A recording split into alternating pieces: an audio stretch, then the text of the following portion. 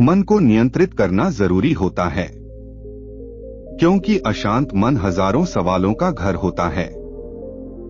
गौतम बुद्ध की इस कहानी से जानिए मन को शांत करने और जानने का तरीका।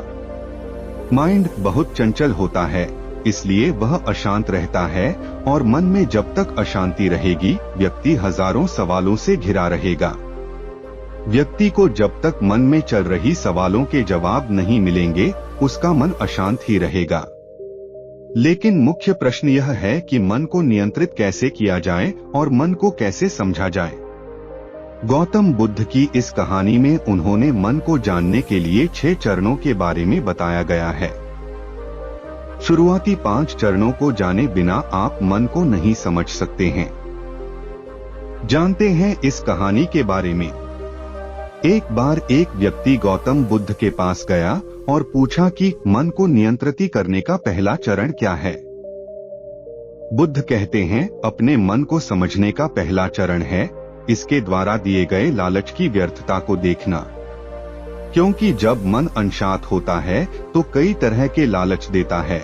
जिसने मन द्वारा दिए इन लालचों को पहचान लिया, उसने मन को समझ लिया। फिर व्यक्ति बुद्ध से पूछता है, लेकिन हमें यह कैसे पता चलेगा हमारा मन हमें लालच दे रहा है और वह लालच व्यर्थ है। इसका जवाब देते हुए बुद्ध कहते हैं, अनुभव से।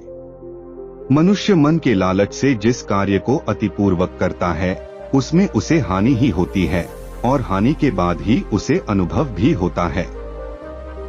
जैसे जिसने वास्तव में यह देख लिया कि नशा करना केवल दुख है, वह नशा मुक्त होना शुरू कर देगा। जिसने जान लिया कि ईर्ष्या से खुद का नाश होता है, वह ईर्ष्या से मुक्त हो जाएगा।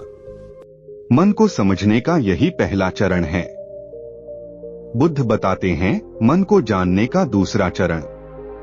व्यक्ति बुद्ध से पूछता है, यदि व्यक्ति पहले चरण से यह जान जाता है कि वह मन द्वारा दिए लालचों के कारण दुखी है, तो फिर दूसरा चरण क्या है? बुद्ध कहते हैं, खोज पर निकलना। दूसरे चरण के लिए ऐसे व्यक्ति की खोज पर निकलना होगा जो कि पहले ही अपने मन को जान इससे मुक्त हो चुका है, क्योंकि वही तुम्हारा मार्गदर्शन कर पाएगा। बुद्ध बताते हैं, मन को जानने का तीसरा। व्यक्ति कहता है, लेकिन ऐसे व्यक्ति की पहचान कैसे होगी? बुद्ध कहते हैं, यही तीसरा चरण है। सुनना ही अपने मन को समझने का तीसरा चरण है। व्यक्ति कहता है, क्या इसे देखकर पता नहीं किया जा सकता? बुद्ध कहते हैं, देखने में कोई व्यक्ति बहुत शांत और अच्छा लग सकता है, लेकिन उसके मन के भीतर क्या है, यह उसके शब्दों से ही पता चलता है। लेकिन किसी की बातों पर तब तक विश्वास नहीं करना चाहिए जब तक कि वह तुम्हारे विवेक की कसौटी पर खरा न उतर जाए। चौथा चरण है कर्म करना। बुद्ध कहते हैं, कर्म ही मन को समझने का चौथा चरण है। खुद को जानने के लिए सही दिशा में कर्म करना जरूरी है, लेकिन कर्म करते हुए व्यक्ति हर बार 2 गलतियां करता है। पहली गलती है यह कि शुरुआत ही नहीं करना, और दूसरी गलती पूरा रास्ता तय नहीं करना।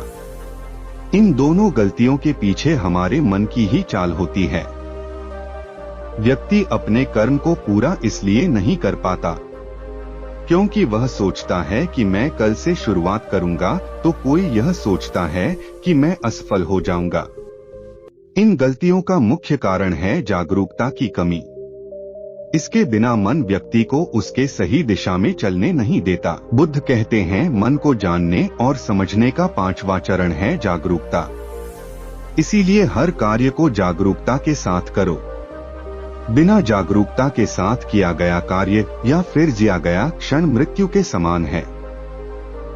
व्यक्ति बुद्ध से पूछता है, अपने जागरूकता के स्तर को कैसे बढ़ाया जा सकता है? बुद्ध कहते हैं, ध्यान से। ध्यान ही मन को जानने, समझने और नियंत्रित करने का अंतिम चरण है।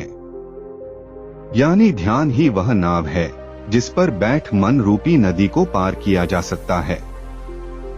जिस व्यक्ति ने इन शुरुआती 5 चरणों से ध्यान को जान लिया, उसने अपने मन को जान लिया।